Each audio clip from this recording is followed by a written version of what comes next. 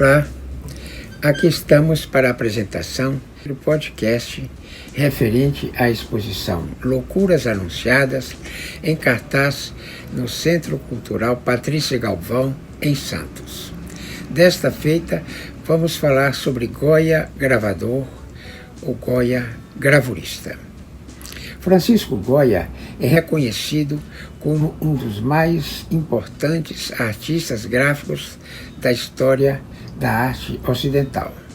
Não apenas por explorar todo o potencial da gravura como linguagem artística, mas como também pelo conteúdo de sua obra extraordinária. Ele dominou com maestria a gravura em metal, ou seja, a gravura que tem como matriz uma chapa de metal, geralmente uma chapa de cobre, embora também possa ser uma chapa de zinco ou uma chapa de latão. A gravura em metal é também conhecida como calcogravura, e suas técnicas básicas são a água forte, a água tinta e a ponta seca. Vamos falar um pouco sobre cada uma dessas técnicas.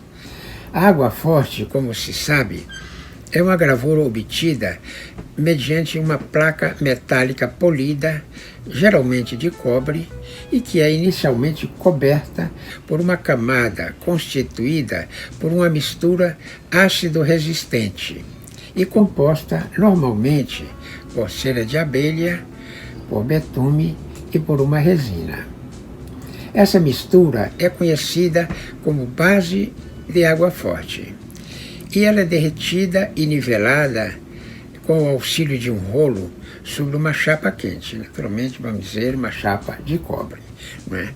O desenho é feito utilizando-se uma ponta de aço, assim que parece uma caneta, não é? Com a ponta dura. Não é?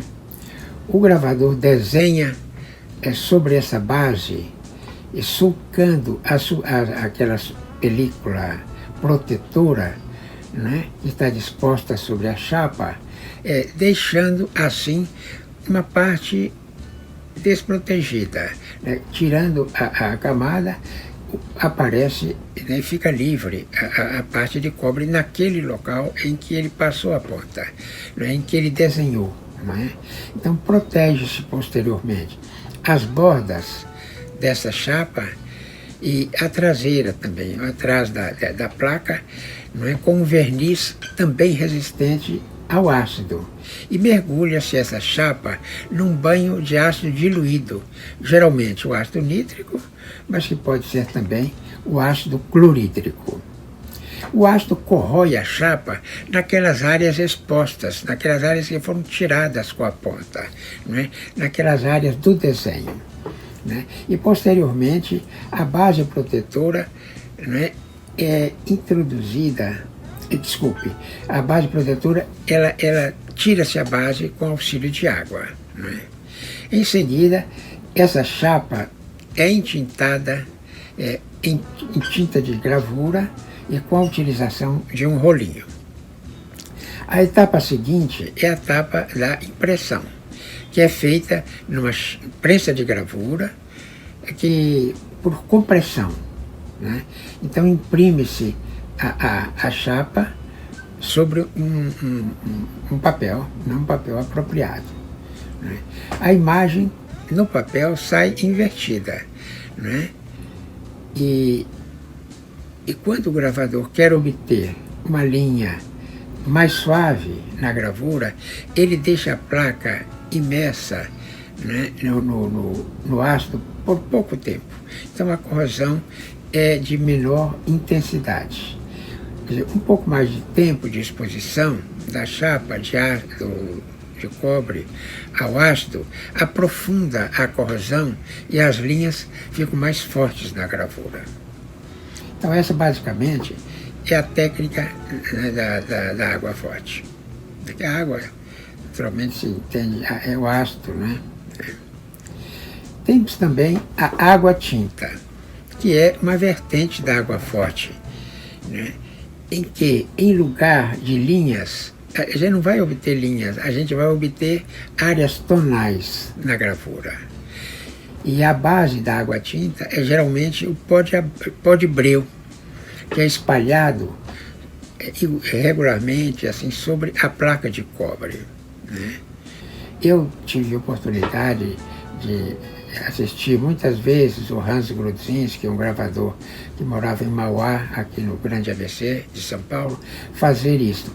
Ele filtrava um pouco o breu num tecido e deixava passar o pó que caía sobre a chapa assim, de uma maneira uniforme, né? Agora, então, o breu, quando é aquecido, então ele derrete, mas ele não veda a chapa, não é? Ele deixa umas pequenas passagens, não é? Que por onde vai haver um contato, né, do ácido com a chapa. Mas em vez de sair traços, saem pequenos pontos, né, que dão origem, na impressão, a tonalidades cinzas, né? É diferente o resultado gráfico, né, da água forte e da água tinta. Da água forte a gente obtém traços, e a água tinta a gente obtém áreas de tonalidade cinza, né? Goya foi um dos principais artistas a utilizar a técnica da água tinta, né, que permite obter-se uma gama de tonalidades muito interessantes na gravura. A terceira técnica é a técnica da ponta seca. Nessa técnica nós não vamos utilizar ácido para correr a chapa.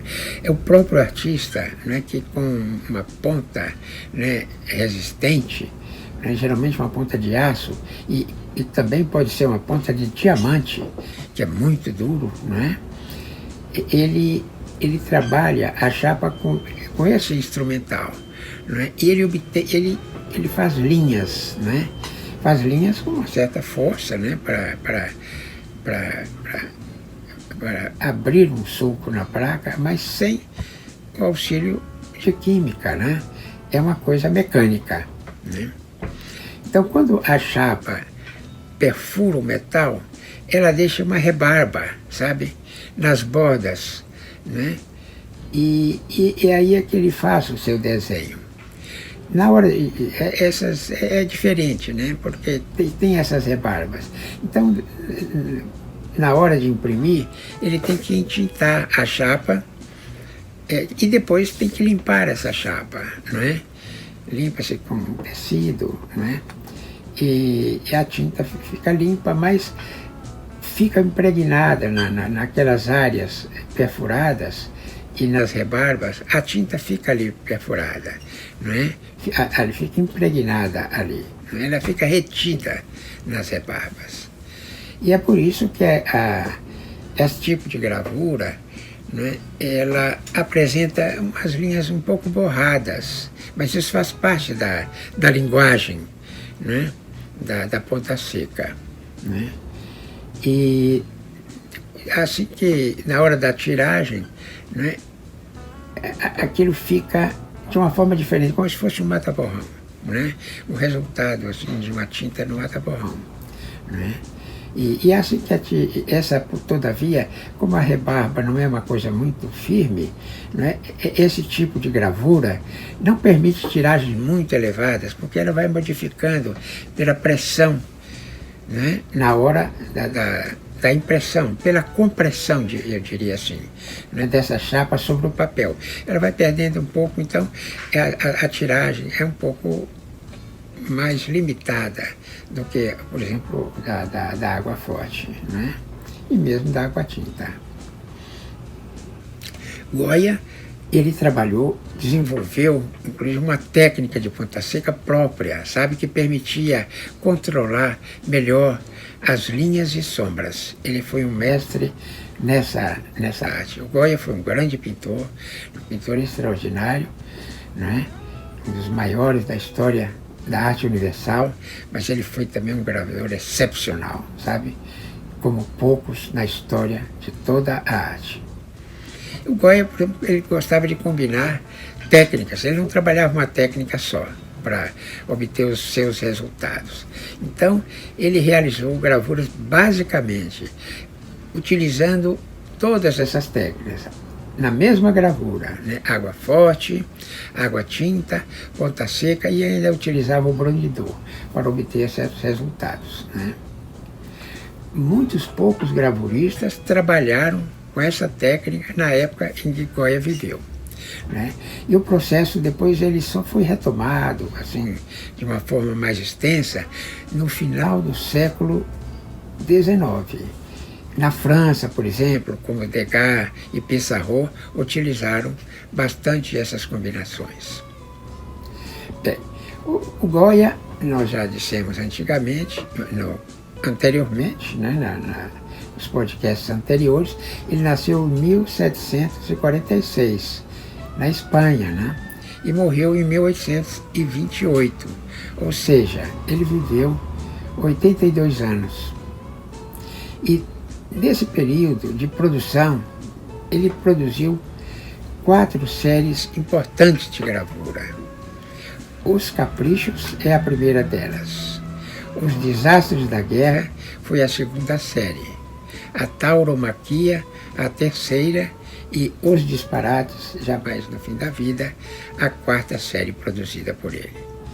Nós vamos falar um pouquinho sobre cada uma dessas séries. Por exemplo, Os Caprichos ele produziu em 1799. Na época, ele tinha 53 anos de idade, né? Essa série é constituída por 80 gravuras. São gravuras satíricas, ou seja, elas criticam fortemente a sociedade espanhola da época, sobretudo os costumes dos nobres, a igreja e as superstições populares, as crenças populares. Trata-se de imagens perturbadoras, que apresentam figuras grotescas, ou seja, que às vezes provocam riso, né? E trata-se também de figuras bizarras, estapafúrdias ou caricatas, de difícil interpretação, né?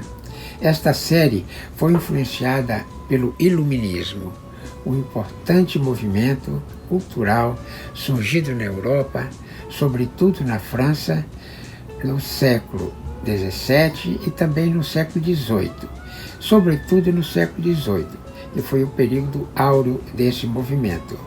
E também ela aconteceu principalmente na França, né? O século XVIII, nós sabemos, é conhecido como o século das luzes, né? É o século que promovia a razão, a liberdade e a justiça. Razão, liberdade e a justiça. Para os iluministas, importante era combater, vamos dizer assim, o saber e o poder eclesiástico, né? Que para eles não era uma coisa absolutamente correta. Eles acreditavam menos na fé e mais na ciência, não é? O que os iluministas queriam, então, era valorizar a fé, valorizar a razão e valorizar o saber científico, a ciência principalmente, não é? Menos do que a fé e dogmas, coisas dessa origem, dessa natureza, né? Então, o iluminismo, ele rompeu com o teocentrismo, que era uma doutrina que colocava Deus no centro de todas as coisas.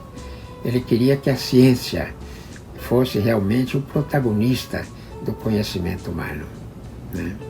A obra de Goya, então, por essa razão, ela critica frequentemente a igreja, assim como critica o autoritarismo dos nobres, né? E coisas do gênero. São ideias tão poderosas que influenciaram artistas, intelectuais, não só da época, mas até hoje. As ideias dos iluministas e, por extensão, as ideias do Goya têm uma força muito grande no pensamento atual, moderno e contemporâneo, né? E essa série, a primeira, que eu disse, a série Os Caprichos, ela foi iniciada em 1797, mas ela foi publicada 2 anos após, né? Goya, todavia, retirou do mercado, pouco depois do lançamento dessa série, né, por receio a represálias por parte da Igreja Católica, principalmente por causa da Inquisição. E o que era a Inquisição? Inquisição era um tribunal que julgava aqueles que não seguiam a ortodoxia católica, aplicando penas severas às pessoas contrárias, né, a esses ditames, não é? E essas penas chegavam até a morte, não é? O poder era muito grande na mão da Igreja na época. A Inquisição, por outro lado, estava em pleno vigor na época em que viveu Goya. Ela só foi extinta na Espanha em 1834, 6 anos depois que o Goya morreu. Então Goya viveu um período forte da Inquisição, mas também viveu o declínio da Inquisição, né? Porque as ideias iluministas e tal conseguiram vencer essas práticas, né? E essa cultura de poder julgar as pessoas por crenças religiosas e por dogmas, por essas coisas todas. Mais uma vez eu digo, foram muito poderosas e têm influência até hoje. Muitos artistas ainda trabalham, né, inspirados nas ideias do Goya.